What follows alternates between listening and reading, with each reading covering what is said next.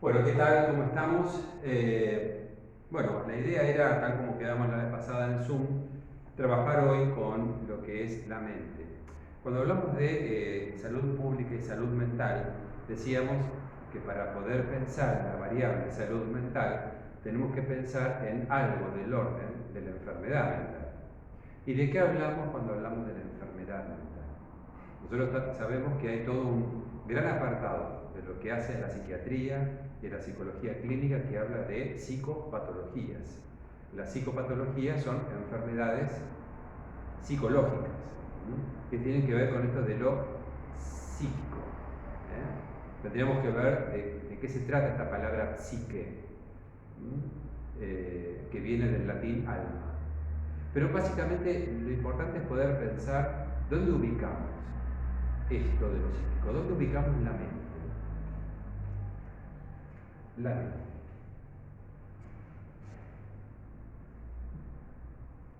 Porque hasta ahora estábamos viendo cuestiones referidas al cuerpo, ¿no? A enfermedades que, si bien decíamos, tienen una relación directa con cuestiones directamente ligadas del contexto social. Lo veíamos en Cristina Laurel y lo veíamos en los autores que veníamos trabajando, como el impacto social, que daba lugar a todo este paradigma que se denomina medicina social. eh, ha generado cambios en relación a pensar al cuerpo como una unidad indivisible. ¿Sí? Ustedes recuerdan que a partir de los estudios de Descartes arranca lo que se denomina en filosofía un paralelismo psicofísico. El paralelismo psicofísico quiere decir que lo psíquico y lo físico son paralelos, no se tocan, no se juntan. Una cosa es lo mental y otra cosa es lo físico. Desde este paradigma, el cuerpo, las enfermedades y todo está directamente ligado a lo físico, mientras que lo psíquico, bueno, estamos hablando del año 1630, por lo tanto queda como un patrimonio divino. Bueno, ya sabemos que no es así. La enfermedad, en general, no es un patrimonio divino, sino que es un patrimonio de la ciencia y sobre todo de las ciencias médicas y también cuando pensamos en esto de lo psicológico, de las ciencias directamente ligadas a la psicología. Por ende, cuando hablamos de mente, no hablamos necesariamente de un constructo directamente ligado a algo que trasciende el cuerpo. Nosotros lo podemos pensar como algo, digamos, trascendente, que trasciende el cuerpo, que está en una esfera que no tiene que ver con el cuerpo. Lo podemos pensar como el alma, como algo que trasciende el cuerpo. Lo podemos pensar como algo inmanente al cuerpo, ¿sí? Que está adentro, que está en algún lugar del cuerpo, que habita en algún órgano o en algunos órganos del cuerpo. O lo podemos pensar como algo que tiene una interacción constante y permanente entre el medio externo y el cuerpo. Son tres visiones distintas, ¿sí? Por eso cuando hablamos de la concepción de la mente, lo tenemos que pensar desde este lugar, como cuestiones de índole del cuerpo, del alma como para ponerle una palabra que tenga que ver con lo trascendente,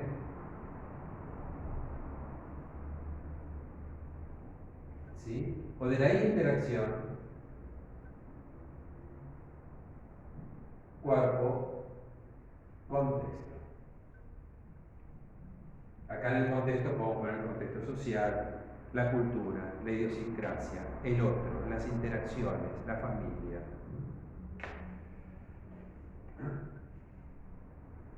Vamos a hablar de tres modelos básicos. Vamos a hablar de tres. La vez pasada en el Zoom empezamos un poquito a tirar algunas ideas. Lo que pasa es que, como yo siempre digo, el Zoom tiene la dificultad de que es una gran herramienta como para poder intercambiar ideas, intercambiar pensamientos, pero para dar clase en sí es como que se pierde un poco la esencia, porque es una conversación, ¿no? Y no está la pizarra, no está la posibilidad de dar la clase. Y a mí me interesa poderlo pensar un poco más detenidamente. Vamos a pensar en tres grandes modelos de mente.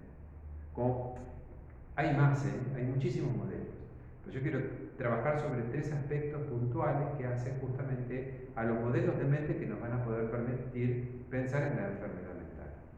¿Qué enferma cuando enferma la mente? Por un lado, lo decíamos la vez pasada, hablamos de las teorías del aprendizaje.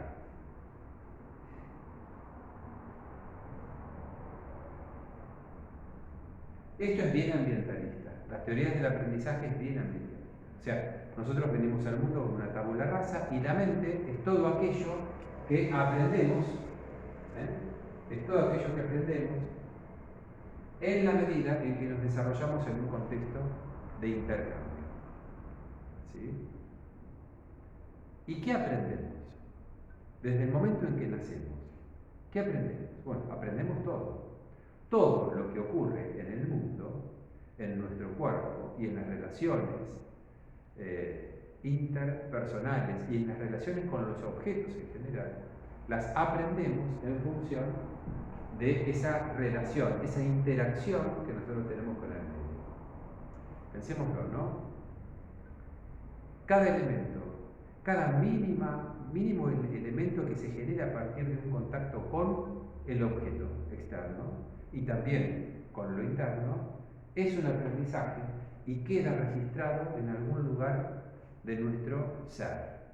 Pensémoslo en este punto al sistema nervioso central como un gran sostén orgánico a partir del cual los aprendizajes van quedando registrados, ¿sí?, en algún espacio intercelular particular del cerebro.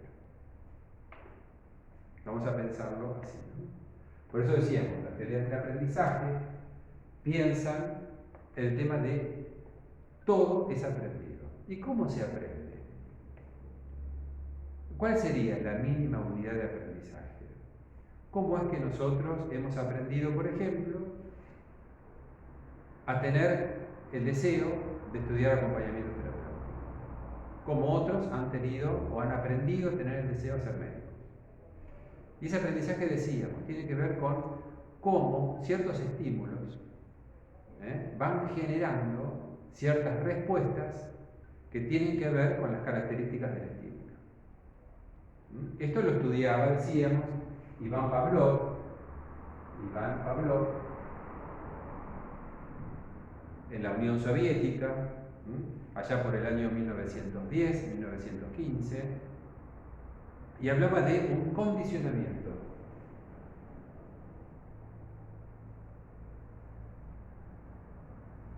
¿Qué cosas quedaban condicionadas? Bueno, los estímulos y las respuestas.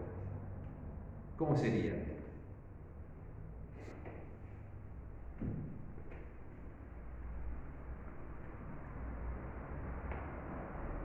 Vamos a verlo entonces.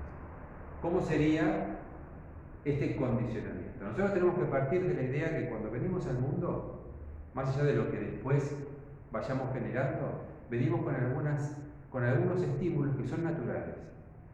¿Podríamos llamarlo instinto? Pongámosle instinto. Pero es un tema hablar del instinto.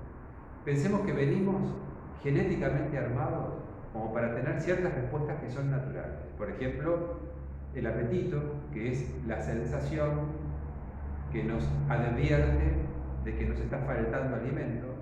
La sed, que es una sensación que nos advierte que nos está faltando agua. Las molestias, que son sensaciones que nos advierten que el cuerpo está mal posicionado o que hay una incomodidad o que hay un dolor. O sea, hay una serie, la pérdida de la base de la sustentación, esto de quedar en el aire. Vieron que a los bebés, cuando les hacen las primeras revisaciones, el neonatólogo o el pediatra cuando el bebé recién nace, y esos primeros días que se hacen una serie de evaluaciones, lo primero que ven es si justamente el bebé viene con una buena carga en cuanto a estas manifestaciones, estas respuestas que son naturales. La respuesta prensil, el bebé los primeros días se agarra, uno le pone el dedo y el bebé se agarra. El bebé mira y mueve la cabeza. En los primeros días. El bebé se angustia por estar en el aire y patalea. Y no le gusta estar en el aire. El aire, cuando uno lo para, rápidamente es como que se siente inestable, y en esa estabilidad aparece el temor. Esa pérdida de la base de la sustentación es lo que genera en el bebé, bueno, ese confort que le genera estar a UPA. Son todos, uno podría decir, condicionamientos que no están condicionados, son respuestas naturales. Vamos a llamarlas incondicionadas porque no tienen ningún condicionamiento.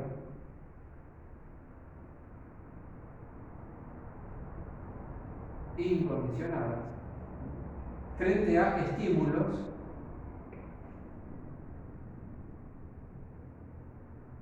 también naturales, o sea, incondicionados.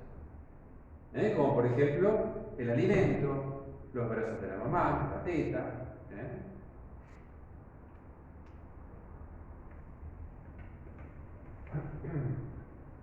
La naturaleza de lo humano empieza también a generar ciertas respuestas que tienen que ver con la naturaleza de lo humano. Así lo están pensando este científico, Iván Pavlov.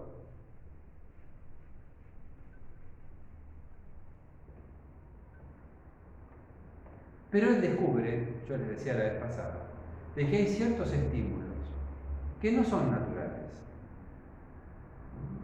que provocan en el individuo respuestas como si estuvieran frente al estímulo natural. Por ejemplo, él ve en su laboratorio que los perros con los cuales él trabajaba inician su proceso de digestión previo, ¿sí?, a la ingesta del alimento. Entonces Pablo se pregunta, bueno, ¿qué pasó que el perro empieza a salivar, que es el inicio de la digestión, antes que el alimento se le ponga siquiera adelante? Y él deduce que tiene que ver con ciertos ruidos, el horario, ciertas características que se generan en el laboratorio, que a los perros de alguna manera, por asociación, han aprendido a responder como si fuera el estímulo natural. Entonces, esos sonidos o ese ruido, que en realidad son estímulos neutros, porque no deberían causar nada, generan una respuesta como si estuvieran frente al estímulo incondicionado, o sea, si estuvieran frente al estímulo que genera naturalmente en la naturaleza del individuo una respuesta. Lo vamos a poner así: alimento. Alimento. El alimento es un estímulo incondicionado. Es un estímulo natural, un estímulo incondicionado, que va a generar una respuesta que va a ser una respuesta incondicionada, como por ejemplo la salivación. La salivación, el inicio de la digestión. Se pone el alimento, estímulo incondicionado, y el perro empieza a salivar porque el apetito le genera el hambre, le genera una respuesta incondicional. No obstante, a este alimento, decíamos, por asociación, se le asocia cualquier elemento que es un estímulo neutro. Vamos a suponer un ruido, o vamos a suponer un elemento, como por ejemplo un disco color rojo. Vamos a poner un sonido. Ustedes saben que a los animales se los entrena mucho con el tema del sonido. Un sonido particular, que es un estímulo neutro. El sonido, de por sí, no genera ningún tipo de estímulo natural en ningún ser humano, ni en ningún ser vivo. El sonido. Si no es estridente, porque el sonido fuerte, cuando hay una cantidad de sonido, cuando algo suena de manera estruendosa, sí genera una reacción que es miedo. Vamos a sacar la palabra sonido, porque podemos confundir confundirlo con el temor, que también es un estímulo incondicionado el temor, porque uno nace con el miedo al ruido. Vamos a pensarlo, vamos a pensar el disco rojo. Un disco color rojo. Que esto sí no tiene ningún tipo de cuestión innata. Asociamos el alimento a un disco color rojo, o sea, en el mismo momento en que ponemos el alimento, el perro ve ese disco rojo, que es un estímulo neutro, ¿y qué pasa con el animal? Solamente con la presencia del disco, después de una serie de asociaciones. Bueno, va a responder de una manera condicionada, como si estuviera frente al alimento, salivando.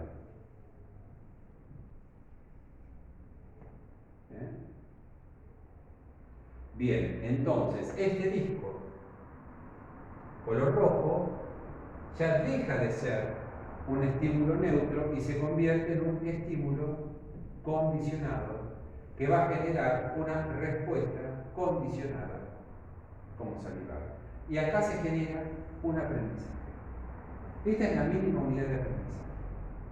El perro ha aprendido a salivar, que no es algo que lo hace intencionalmente. El cuerpo del perro ha aprendido a salivar frente al estímulo, a un estímulo neutro, como por ejemplo un disco rojo.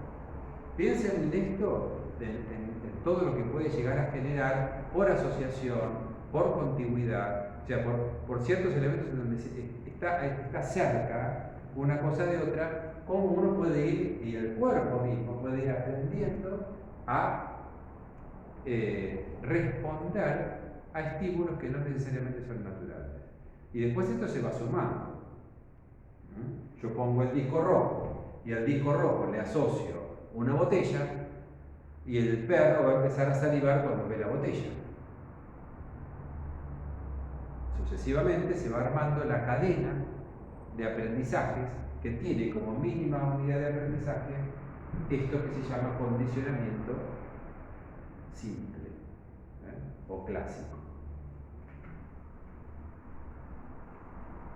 Nos vamos de Pavlov, 1913, nos vamos a Estados Unidos. John Watson, el conductismo, justamente toma estos elementos y lo que plantea Watson es, bueno, hagamos una psicología científica en donde solo podamos medir todo lo que es mensurable, todo lo que es pasible de ser medido, visto y observado. ¿Y qué es lo que se puede ver? La conducta, el comportamiento. ¿Y qué tipo de comportamiento? Bueno, los comportamientos de la gente, lo que hace la gente. Y pensarlo dentro de la lógica de lo que es un estímulo y una respuesta, entendiendo la respuesta como comportamiento.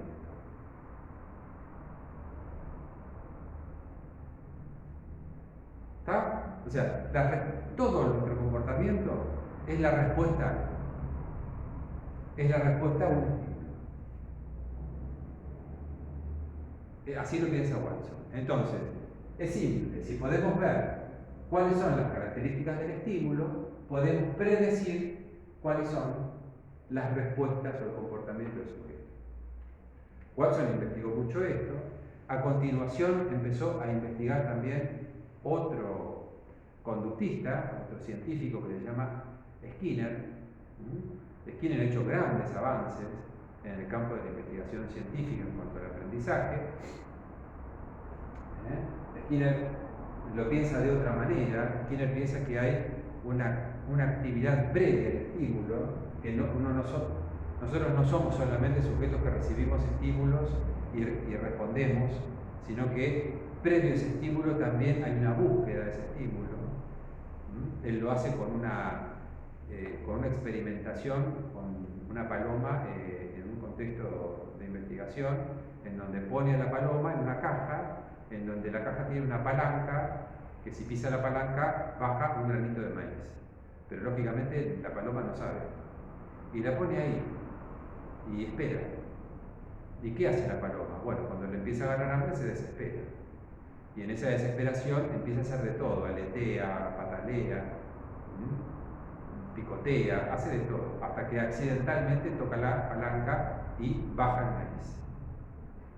Come ese maíz e inmediatamente vuelve a moverse, porque la paloma no sabe que apretó una palanca.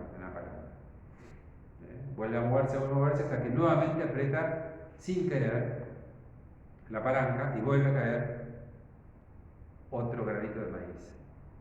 Y la paloma lo come y vuelve a buscar desesperadamente qué hizo.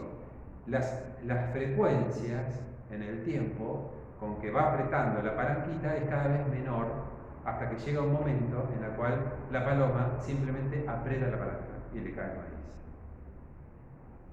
La paloma ha aprendido a que apretando la palanca puede alimentarse. ¿Sí? Por lo tanto, previo al estímulo, porque todavía no está el granito de maíz ahí, previo al estímulo hay un comportamiento, podemos llamarlo respuesta, que tiene que ver con, más que la respuesta a un estímulo, una situación en donde al azar el sujeto se mueve y genera conductas que son aleatorias, hasta que algo ocurre. Eso que algo ocurre es el estímulo. Y eso que genera el estímulo es la respuesta. Aletea, patalea y picotea sin ningún sentido por ensayo y error. Ensayo y error.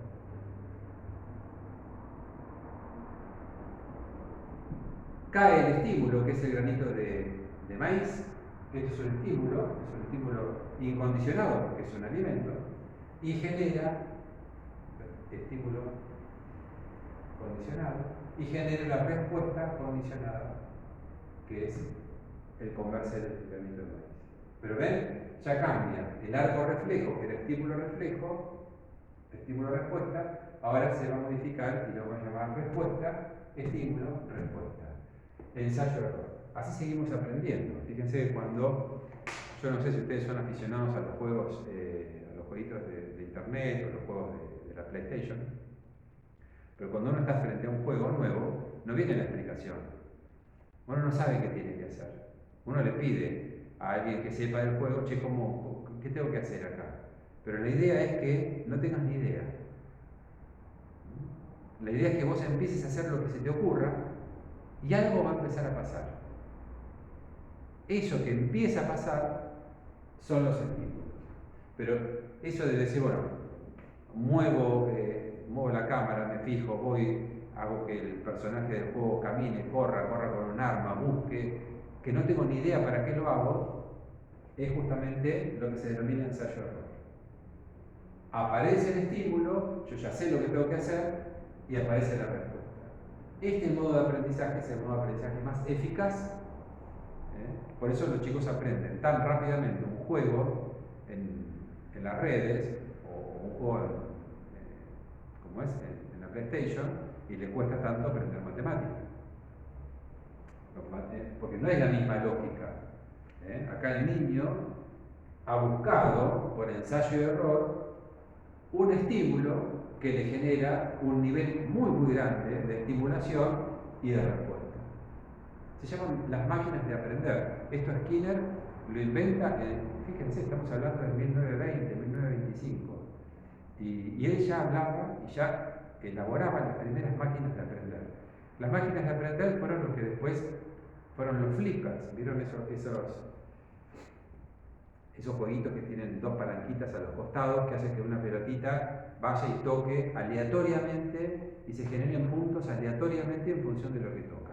Bueno, el sujeto no tiene ni idea de cómo se tiene que ir jugando, pero en la medida en que va jugando va entendiendo por ensayo y error cuáles son los estímulos, a dónde tiene que mandar la pelotita, con lo cual ahí aparece una respuesta concreta. Aprendizaje.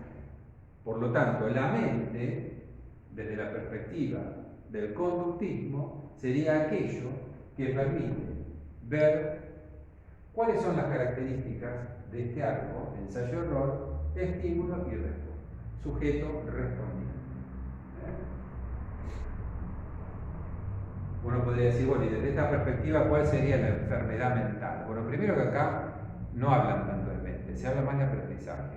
¿Hay enfermedades? Sí, uno pudo haber aprendido mal por asociación y haber quedado fijado a determinados estímulos que no necesariamente deberían generar las respuestas que ese estímulo genera. Pensémoslo en una fobia a las polillas. Por alguna razón, el sujeto ha aprendido a tenerle miedo a un animal que es absolutamente inofensivo, o a un insecto, perdón, que es absolutamente inofensivo. Pero ha aprendido porque en algún momento de su vida se ha asociado algo del orden de lo terrorífico a ese insecto y ha quedado como un aprendizaje que después va a generar una conducta inadecuada o desadaptativa en el sujeto. Acá hablamos de adaptación versus desadaptación. Esto es el conductismo que va a dar lugar, porque entre el estímulo y la respuesta, después vamos a darnos cuenta de que por más que se investigue, hay un montón de elementos que no están planteados en el estímulo que dé un seguro modelo de pensar las respuestas. Entonces los científicos se empiezan a preguntar, ¿qué pasa entre el estímulo y la respuesta? Que no todos los sujetos, sobre todo los humanos, ¿no? Porque los animales es más sencillo, por eso es tan fácil adiestrar a animales, porque el adiestramiento en animales es en función de estas coordenadas. Esto es lo que se hace para adiestrar a animales. ¿Cómo hago yo para que el perro ataque? Bueno, asocio una persona con algo que les pueda hacer daño. Genero un estímulo que genera en el perro, en el animal, violencia, ira. Y después el animal me muerde. Y yo lo peleo, vieron que se ponen como una especie de colchonetas en los brazos, después yo lo peleo. Le doy como la idea de que un sujeto es peligroso. El animal, una vez que aprende que un sujeto es peligroso, menos el dueño lógicamente, se vuelve guardián. Y así piénsenlo, un montón de alternativas de adiestramiento. ¿Cómo hago yo para que el elefante se suba a un banquito en el circo? Bueno, con las mismas, del mismo modo, utilizando siempre esas asociaciones estímulo-respuesta. Pero en el ser humano no funciona así. Justamente en el ser humano algo da lugar a que las respuestas no sean unívocas. La respuesta pasa por otro filtro, pasan otras cosas de lo cual no sabemos qué pasa ahí. Pero no todos responden del mismo modo y los científicos van a llamar esto que pasa, o sea, llega el estímulo, entra en una zona desconocida del ser y hay una respuesta aleatoria, hay una respuesta que no es fácil de poder universalizar. Algo ha pasado acá. Esto, como no se sabe qué es ni dónde está, los autores lo van a llamar caja negra.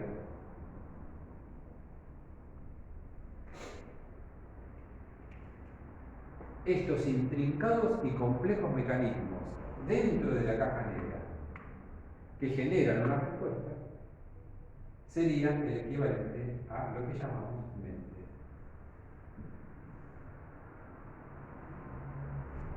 Los científicos de orientación cognitiva, ya no los comportamentales, ya no los conductistas, van a empezar a estudiar qué pasa acá, qué es esto, qué es la caja negra. Y van a empezar asociando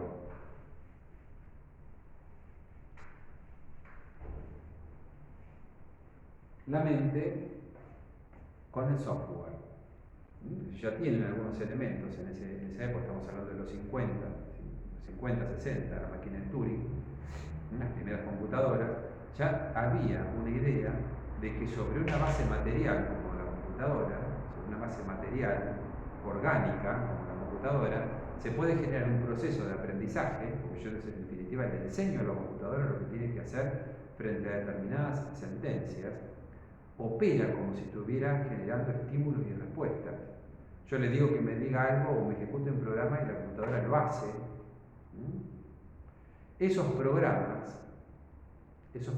de la computadora no están en la base material de la computadora. Yo no puedo desarmar una computadora y encontrar Windows. Pero Windows está en la computadora.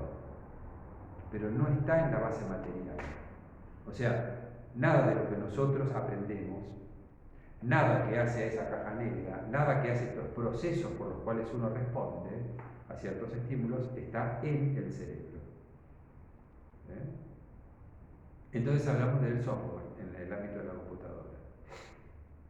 Y estos cognitivos empiezan a pensar la caja negra como un gran software que va armándose también al modo de ciertas sentencias, pero esas sentencias tienen que ver con cargamentos sociales que van dándose a partir de los aprendizajes vinculares, afectivos, interpersonales, culturales, idiosincráticos, y eso va generando que cada uno de los individuos armen un sistema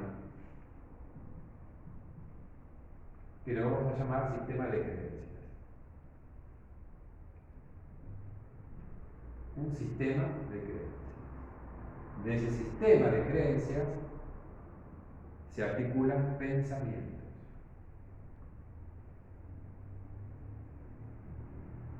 Y estos pensamientos generan respuestas o comportamientos.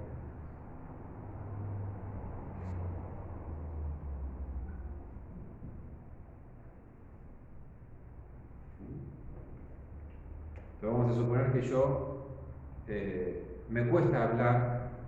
Hay muchos docentes que les cuesta hablar, les cuesta armar las clases de esta manera, así hablándole a una camarita, porque no sabe qué decir, se traba, se genera cierta ansiedad, no